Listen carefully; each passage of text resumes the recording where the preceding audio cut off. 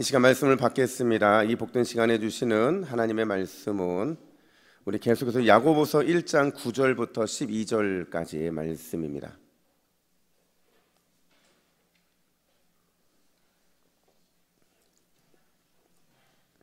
신약성경 372면 야고보서 1장 9절에서 12절까지의 말씀, 약속하신 생명의 면류관이라는 제목으로 오늘 말씀을 받겠습니다. 우리 9절부터 12절까지 함께 교독하겠습니다. 낮은 형제는 자기의 높음을 자랑하고 부한 자는 자기의 낮아짐을 자랑할지니 이는 그가 풀의 꽃과 같이 지나감이라. 해가 돋고 뜨거운 바람이 불어 풀을 말리면 꽃이 떨어져 그 모양의 아름다움이 없어지나니 부한 자도 그 행하는 일에 이와 같이 쇠잔하리라. 시험을 참는 자는 복이 있나니 이는 시련을 견디어낸 자가 주께서 자기를 사랑하는 자들에게 약속하신 생명의 면류관을 얻을 것이기 때문이라. 아멘. 할렐루야. 우리 서로 인사하겠습니다. 우리는 은혜의 한 가족입니다. 우리는 은혜의 한 가족입니다. 딱 5사람 때문에, 딱 5사람이 감정을 담지 않고 인사해서 한 번 더 하겠습니다. 우리는 사랑의 한 가족입니다.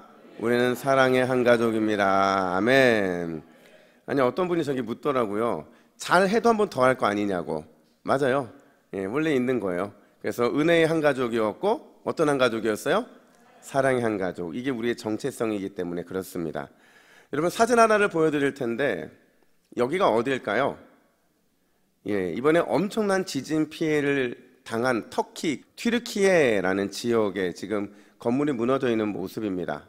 근데 여러분, 이렇게 피해가 심했잖아요. 정말 피해가 심했는데 그 중에서도 기적의 도시는 존재하더라는 거예요. 무너진 건물 제로, 사망자 제로, 중상자 제로인 도시, 거기가 어디였느냐? 이 튀르키예 지역 중에서도 인구 4만 2천 명 규모의 아주 작은 저 소도시 에르진이라는 소도시인데요, 저기만 무너진 건물도 제로였고 또 사망자도 제로였고 중상자도 제로였다라는 겁니다. 여러분, 왜 여기만 피해가 없었을까요? 왜 이 도시만 지진이 똑같이 왔음에도 불구하고 피해를 받지 않았을까?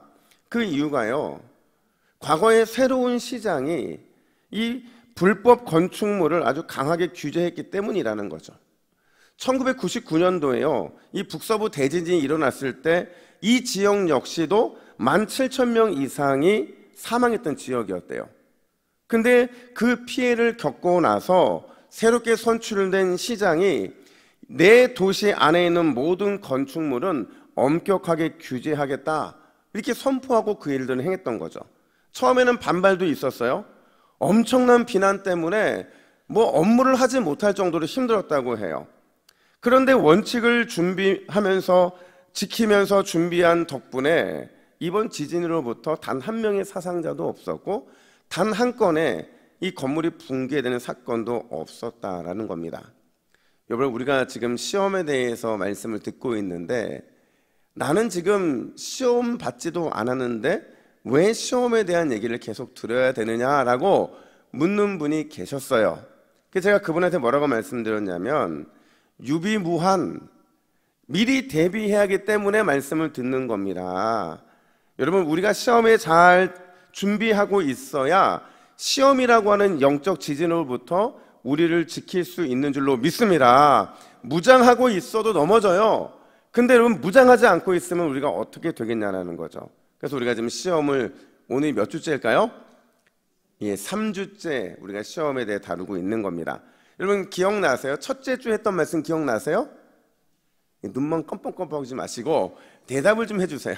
여러분, 둘째 날, 두 번째 주일날 지난주에 했던 말씀 기억나세요? 여전히 눈 껌뻑껌뻑 하시는데 제가 정리해 드렸습니다. 여러분, 시험 완전 정복, 시험은 피할 수 없다. 그럼 어떻게 해야 되느냐? 우리 4가지를 천천히 같이 했습니다. 시작. 시험 이후의 열매를 계산하며 온전히 기쁨으로 받아들여야 한다. 끝까지 인내해야 한다. 그래야 그리스도의 향기를 낼 수 있다. 시험 받을 때 내 명철 안 돼. 하나님의 지혜 조화를 기억해야 한다. 시험의 순간 하나님의 성품을 믿고 의지해야 한다. 여러분 기억나시죠 이제?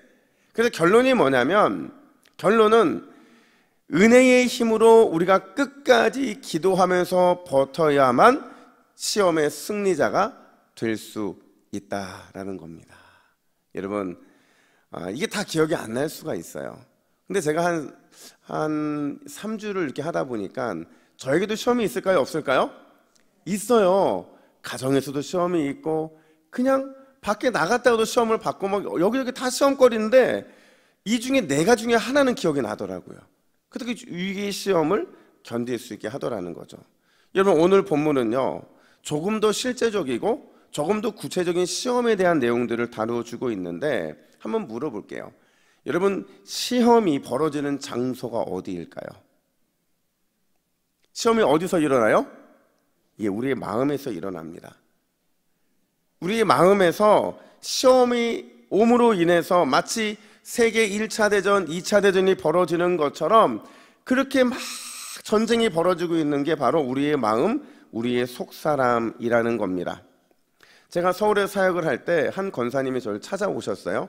교회 카페에서 잠깐 보자고 하셔서 제가 교회 카페에서 잠깐 만났는데요. 이 권사님이 저를 만나자마자 30분간 우시는 거예요. 그냥 우시는 게 아니라 꺼이 하면서 막 우시는 거예요. 이 카페에 있는 사람들이 누가 울렸다고 생각했을까요? 제가 마치 울린 사람처럼 그렇게 제가 오해를 받았는데, 근데 이제 그분이 30분간 막 우시고 나서 내뱉은 말이 뭐였냐면, 목사님 죄송하대요. 울지를 말던가. 근데 너무 속상한데 누구한테 말도 못하겠고, 그렇다고 하나님께 기도하기에는 마음이 너무 상해서 그냥 그 순간 딱 생각나는 사람이 저였다라는 거죠. 제가 애인도 아닌데 왜 제가 갑자기 생각나는지는 잘 모르겠지만, 그래서 그분이 저한테 이렇게 주접떨면서 울어서 죄송하다고 사과를 하시는 거예요. 그래서 제가 물어봤어요. 권사님 왜 우셨어요? 그랬더니 남편하고 싸웠는데 싸움이 누적됐다는 거예요. 근데 싸움이 그냥 싸움이지 일방적이라는 거죠. 너무 자신이 무시를 당한다는 거예요. 그게 억울하고 분하고 화가 나는데 뭐 집안일을 누구한테 하소연할 수도 없고, 그렇다고 남편하고 싸우면 일이 커지니까 그럴 수 없었다는 거죠. 그래서 소가리를 하다 누구에게 찾아온 거예요? 저한테 찾아와서 마치 제가 자신을 울린 것처럼 그렇게 청승맞게 우셨거든요. 제가 이걸 보면서 이런 생각이 들어요. 여러분 우리의 치열한 전쟁, 이 시험의 전쟁이 어디에서 일어나고 있는 거예요? 마음에서 일어나고 있는 거죠. 우리 마음이 전쟁터라는 겁니다. 근데 재미있는 거는요, 우리가 시험을 받을 때 그냥 시험이 받는 게 아니고요, 우리 마음의 형편에 따라서 마음이 둘로 딱 쪼개지더라는 거예요. 어떻게 쪼개지느냐? 낮은 자의 마음과 높은 자의 마음으로 정확하게 딱 시험 받으면 나뉘게 된다라는 거죠. 자, 한번 볼까요? 우리가 시험을 받을 때 우리의 마음이 어떻게 쪼개진다고요? 왼손 들면서, 왼손 주먹 쥐시고 낮은 자의 마음. 시작. 낮은 자의 마음. 오른손 딱 주시면서 어떻게 해요? 높은 자의 마음. 이렇게 2가지로 딱 나뉘어진다는 거예요. 모션 왜 했을까요? 기억하라고. 예. 지난주 기억나시죠? 그죠? 예. 똑같이 기억하라고 하는 겁니다. 근데 여러분, 낮은 자의 마음, 높은 자의 마음이라는 게 도대체 뭘까? 조금 구체적으로 살펴보면요, 먼저 시험을 받을 때 낮은 자의 마음이요. 우리 9절 말씀을 한번 읽어볼까요? 9절입니다. 시작. 낮은 형제는 자기의 높음을 자랑하고. 아멘. 여러분 여기서 낮은 형제라는 게 뭐냐면요, 낮은 형제, 이 단어가 원래는요 땅에서 높이 솟아오르지 않은 이라는 뜻이에요. 쉽게 말하면 눈에 띄지 않는다는 거죠. 두드러지지 않는다는 거예요. 근데 이 단어가 사람과 연결돼 사용되잖아요. 그럼 어떤 뜻이 되냐면 비천하고 보잘것없는 이라는 뜻으로 쓰인다는 거죠. 그러니까 이게 어떤 때 쓰냐면, 교회에서 보통 낮은 형제라는 게 경제적으로 비천하고 가난한 사람, 그래서 다른 사람들로부터 차별을 받는 사람, 그 사람을 바로 이 낮은 형제라고 야고보는 말해주고 있다는 거예요. 근데 여러분 문제는 뭐냐면, 이렇게 낮은 사람이, 낮은 형제가 시험을 받잖아요. 그러면 이 마음에서 어떤 현상이 나타나느냐? 그렇잖아도 늘 힘든 사람인데 이 낮은 형제의 마음에 시험을 받으면 마음 깊숙이 꽁꽁 숨겨져 있었던 열등감이 갑자기 튀어나옵니다. 강력한 자극을 받아요. 그래서 이런 마음이 생기는 거죠. 야, 지금 내가 가난하다고 날 무시하는 건가? 내가 배운 게 좀 없다고 날 얕보는 건가? 모든 걸 이런 관점으로 반응하게 된다는 거예요. 그러니까 한마디로 시험의 테스트를, 이게 하나님 주신 시험의 테스트거든요. 근데 이거를 이 자기의 열등감, 이 자존심의 문제로 덮어버리고 만다는 거죠. 여러분, 그러면 어떤 문제가 발생하게 되느냐? 시험의 객관성이 무너지게 돼요. 여러분, 시험의 객관성이라는 건 뭐냐면 시험이 왔으면 그 시험이 내가 믿음이 있는지 없는지를 점검하게 하고 그 시험을 통해서 나의 믿음을 성장시키는 거거든요. 그러면 반드시 중요한 게 이 시험이 믿음을 통과하기 위해 왔다라는 사실을 인식하는 거예요. 하나님 주신 시험에 대해서 믿음으로 바라볼 수 있는 관점이 있어야 된다는 건데 그게 바로 이 자존심 때문에 사라져버리고 만다는 거죠. 분명히 믿음의 성숙을 위해 주신 시험인데 그걸 자존심과 열등감으로 반응하기 때문에 우리는 그 시험을 온전히 대할 수 없게 된다는 거예요. 이거는 영적인 수험생의 자세가 절대 아니라는 거죠. 근데 더 무서운 건 뭐냐? 여러분, 시험 앞에서의 이 자존심과 열등감이요, 어디까지 우리를 데리고 가냐면 이 엉터리 같은 비교 의식에 사로잡히게 만든다는 거죠. 말도 안 되는 논리를 써서 나를 방어하기 시작한다는 거예요. 어떻게 방어하느냐? 제가 이런 얘기를 들었어요. 한 거지가 있었는데 이 거지가 남들과 좀 다르고 싶은 거예요. 여러분, 거지가 다르려면 어떻게 달라야 될까요? 남들은 깡통 하나 갖고 다니는데 이 거지는 깡통을 2개를 갖고 다니는 겁니다. 근데 이 깡통 2개를 가지고 집집마다 다니면서 구걸을 해요. 근데 한 집에서 어떤 사람이 이 거지를 거지 취급하는 거예요. 여러분, 기분이 어떻겠어요? 나빴겠죠. 아무리 거지라도 거지 취급은 기분이 나빴겠죠. 자존심이 상합니다. 아니, 나를 거지 취급하다니. 갑자기 열등감이 폭발을 해요. 그리고 옆에 있는 거지를 향해서 이렇게 말합니다. 나는 거지라도 너희들과 달라. 나는 깡통 2개를 가지고 다니는 거지야. 알아? 여러분, 무슨 얘기인지 아시겠죠? 이렇게 비교하게 되는데 이 비교가 너무 엉터리 같은 비교 의식으로 인해서 이 시험을 자꾸 대하고 있다는 거예요. 여러분, 성경에서도요, 이렇게 시험을 대했던 사람이 있어요. 그게 누구냐면 창세기에 등장하는 가인이라는 사람입니다. 그가 엄청난 시험을 받았잖아요. 어떤 시험을 받았냐면 동생이랑 함께 예배를 했어요. 근데 동생이랑 함께 예배를 드렸는데 누구 예배만 받았어요? 동생의 예배, 아벨의 예배만 받은 겁니다. 결국에는 지금 이 가인이 어떤 상태가 된 거예요? 큰 시험을 받은 상태가 됩니다. 근데 그때의 가인의 마음을 어떻게 표현하느냐? 우리 창세기 4장 5절 하반절 말씀 화면 보시고 같이 읽습니다. 시작. 가인이 몹시 분하여 안색이 변하니. 여러분, 여기서 몹시 분하고 안색이 변했다는 건 뭐냐면 시험 때문에 가인의 열등감이 자극됐다는 거예요. 자존심이 상했다는 겁니다. 그러면서 동생을 향한 엉터리 비교의식이 딱 나타나게 되는데 그러니까 이런 마음을 품게 된 거예요. 어떤 마음이냐면, 야, 아벨 전원만 없애면 하나님께서 내 예배를 받아 주시겠지? 이런 마음을 품게 된 거예요. 그럼 뭐가 문제예요? 하나님께서 왜 나의 예배를 받지 않으시는지에 대한 본질적인 문제가 사라져버린 거죠. 그 본질이 사라져버리고 비교의식에 사로잡혀서 결국에는 동생을 죽여야 된다라는 이런 엉뚱한 결론을 내게 만들었다라는 거예요. 이거를 하나님이 아셨어요. 가인에게 이런 권면을 하십니다.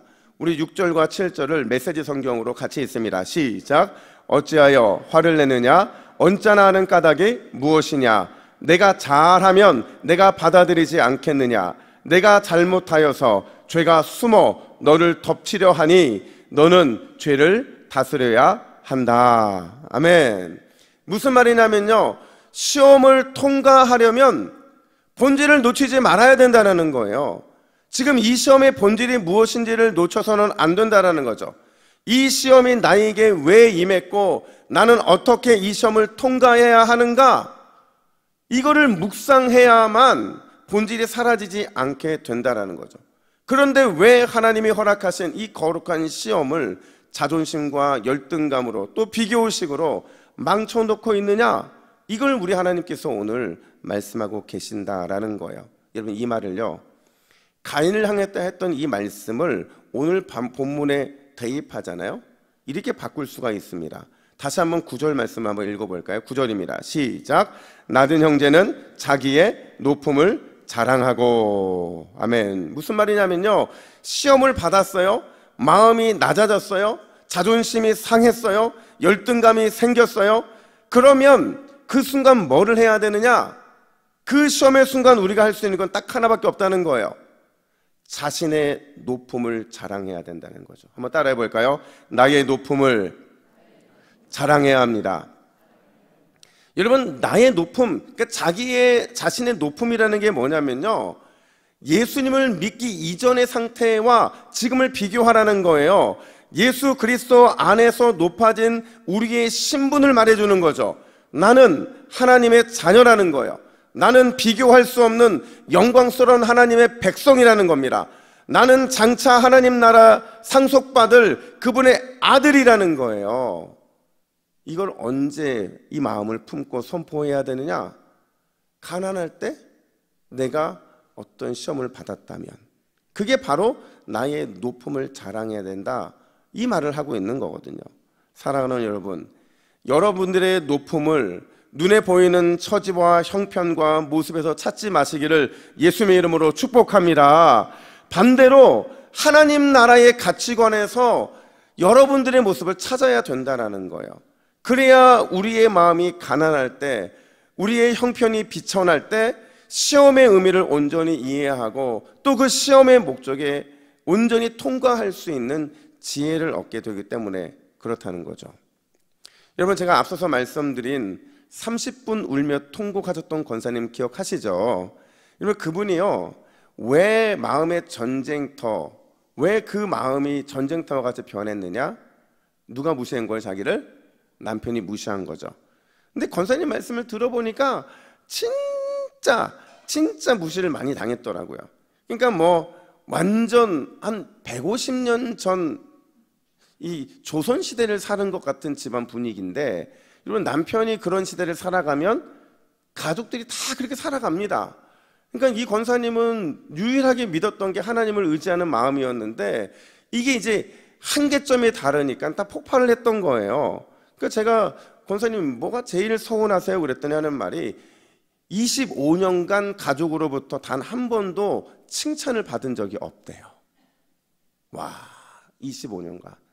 그러면서 이 칭찬 너무 갈급한데 제가 그랬어요. 근데 칭찬보다 더 섭섭한 게 있죠. 그랬더니 뭐라고 말하냐면 남편의 눈빛이래요. 이 눈빛이 너무 자기를 좌절하게 한다는 거예요. 그 눈빛 속에 지금까지 무시했던 말들, 행동들, 이 모든 것들이 다 들어있더라는 거죠. 근데 제가 그 말을 가만히 듣다 보니까 갑자기 이런 마음이 드는 거예요. 그래서 돌직구 하나를 던졌어요. 뭐라고 던졌냐면, 권사님 혹시 그거 권사님 열등감 아니에요?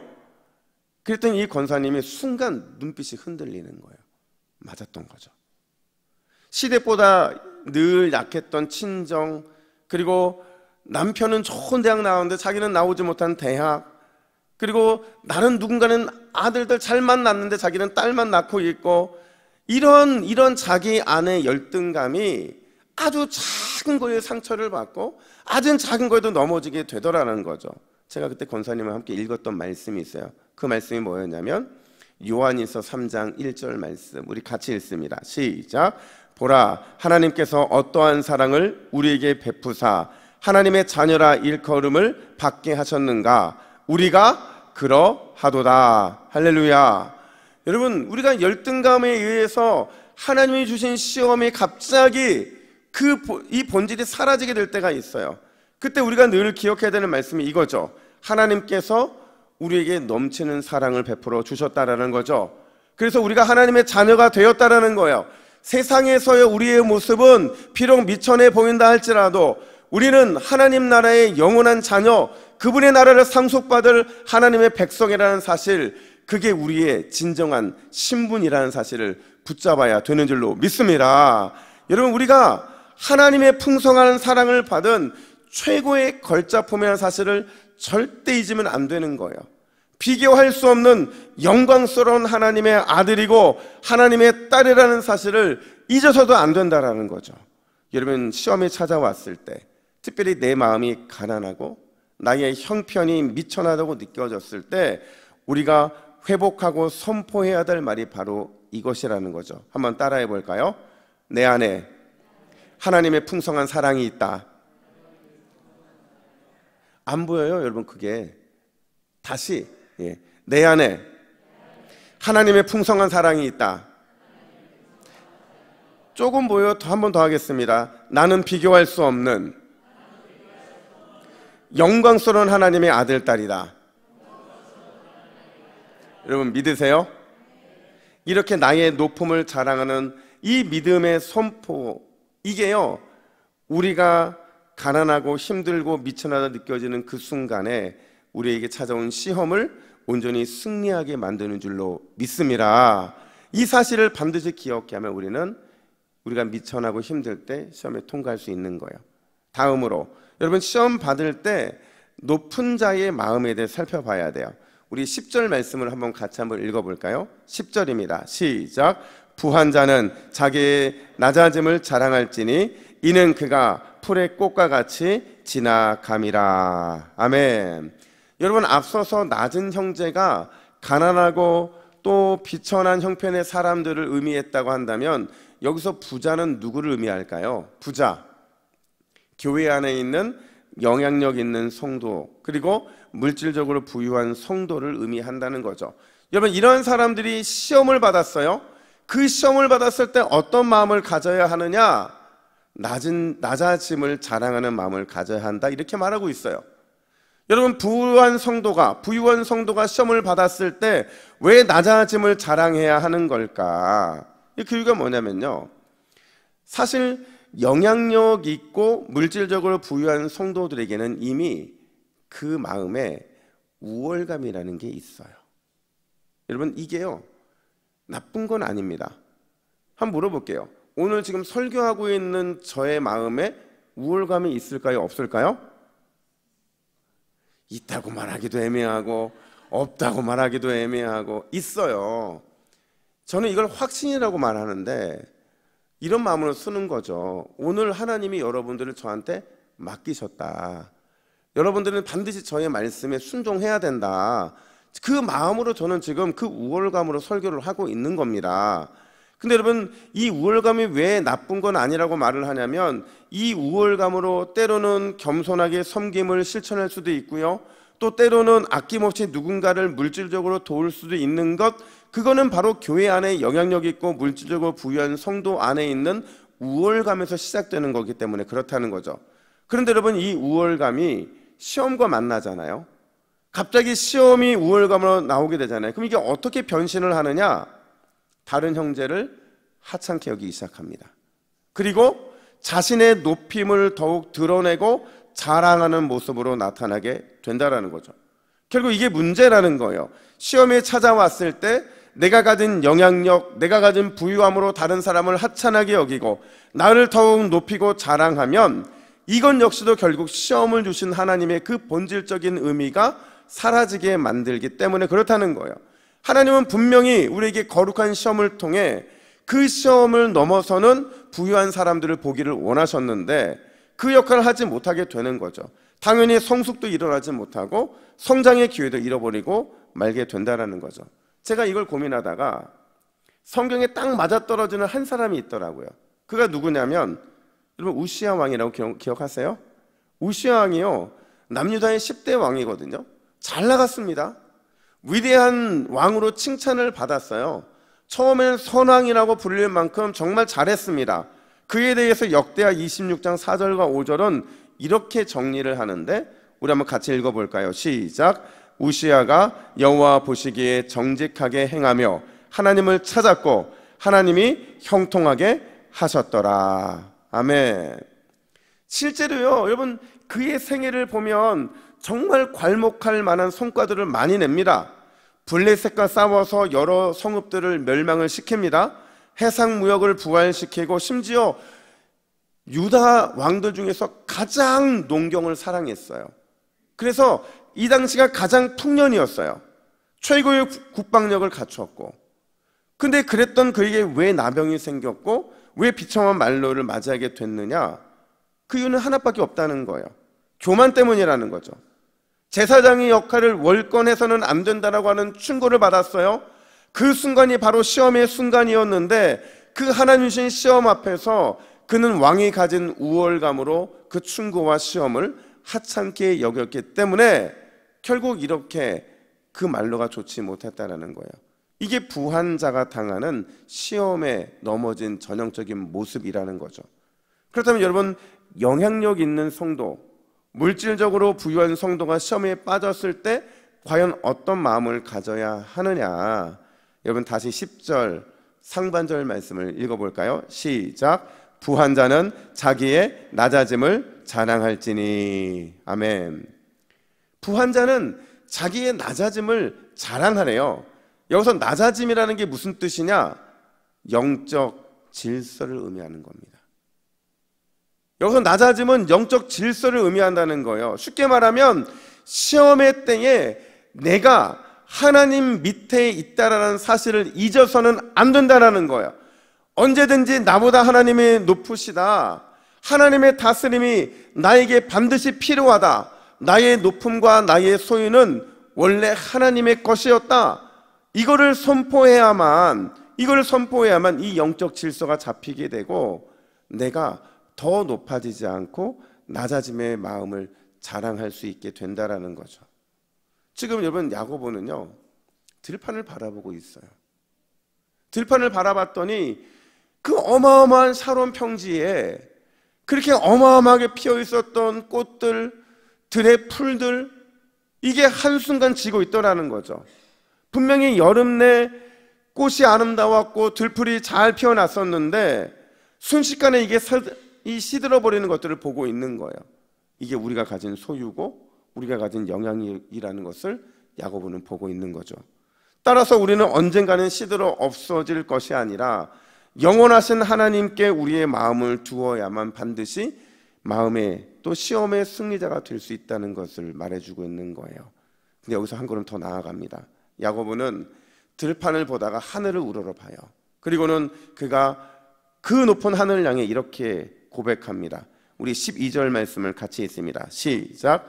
시험을 참는 자는 복이 있나니 이는 시련을 견뎌낸 자가 주께서 자기를 사랑하는 자들에게 약속하신 생명의 면류관을 얻을 것이기 때문이라. 아멘.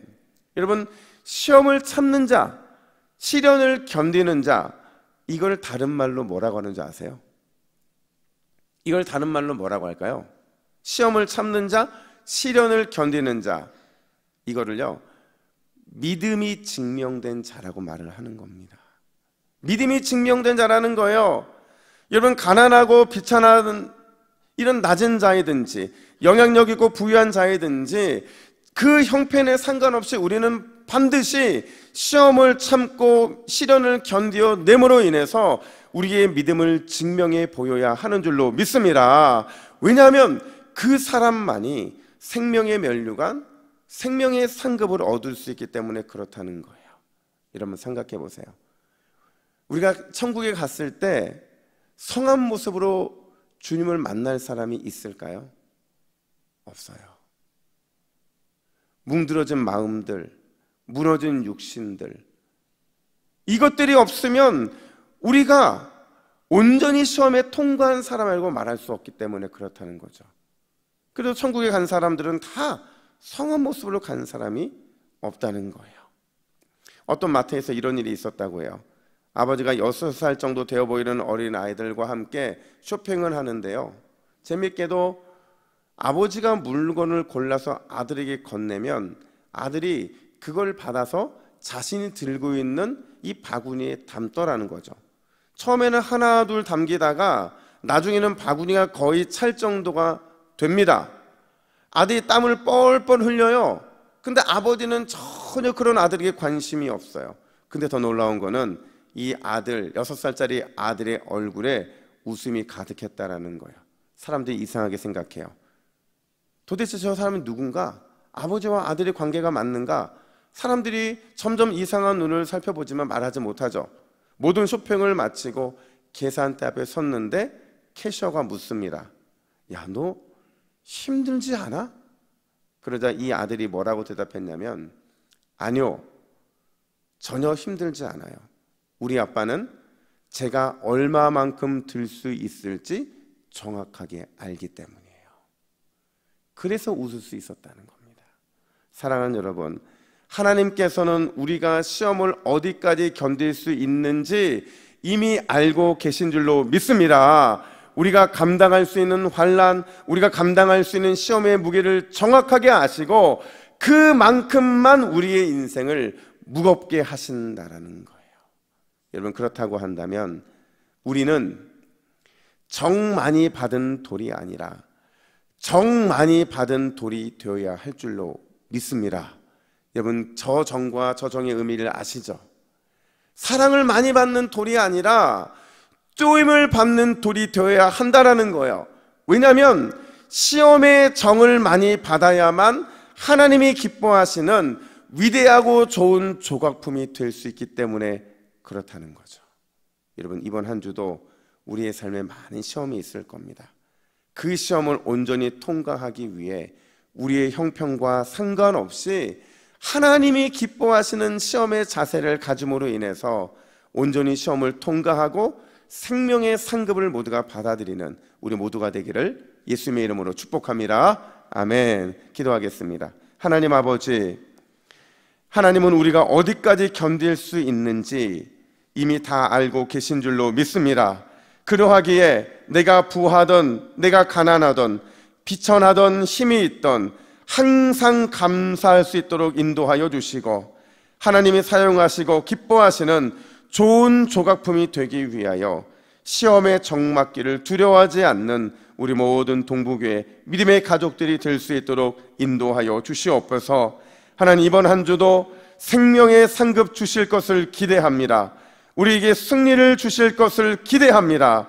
우리가 반드시 승리하여서 주님의 기쁨을 누리게 하여 주시옵소서. 이 모든 말씀 우리를 승리케 하실 예수 그리스도의 이름으로 기도하옵나이다. 아멘.